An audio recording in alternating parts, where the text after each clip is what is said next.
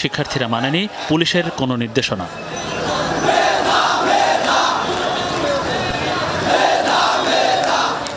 Press ক্লাবের সামনে প্রথম পুলিশের বাধার মুখে পড়ে শিক্ষার্থীদের পদযাত্রা।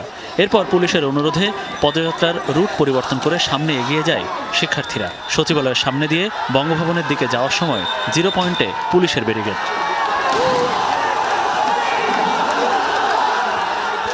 সচিবালয়ের সামনেই বসে পড়ে আন্দোলনরত শিক্ষার্থীরা। কোটা সংস্কারের দাবিতে দিতে থাকে স্লোগান।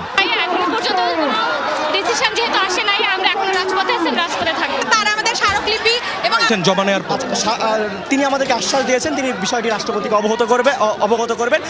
আগামী 24 ঘন্টার মধ্যে আমরা চাই সংসদে অধিবেশন ডেকে সেটার আইন পাশের জন্য কার্যকর ব্যবস্থা নেওয়া হোক অথবা অধিবেশন আহ্বান করা হোক।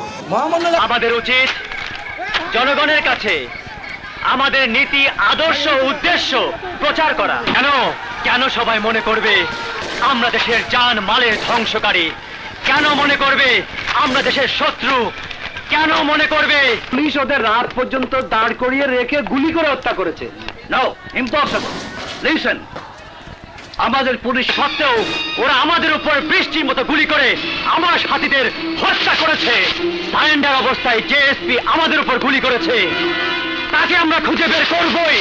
কসম, এই মাটির কসম, তার মাথা কেটে এনে রাস্তার উপর ঝুলিয়ে রাখবো। আপনারা পত্রিকায় লিখে দিন যে এসপি আমার সাথীদের হত্যা করেছে, কেউ তার সন্ধান দিলে 5 কোটি টাকা পুরস্কার দেব, 5 কোটি টাকা পুরস্কার দেব।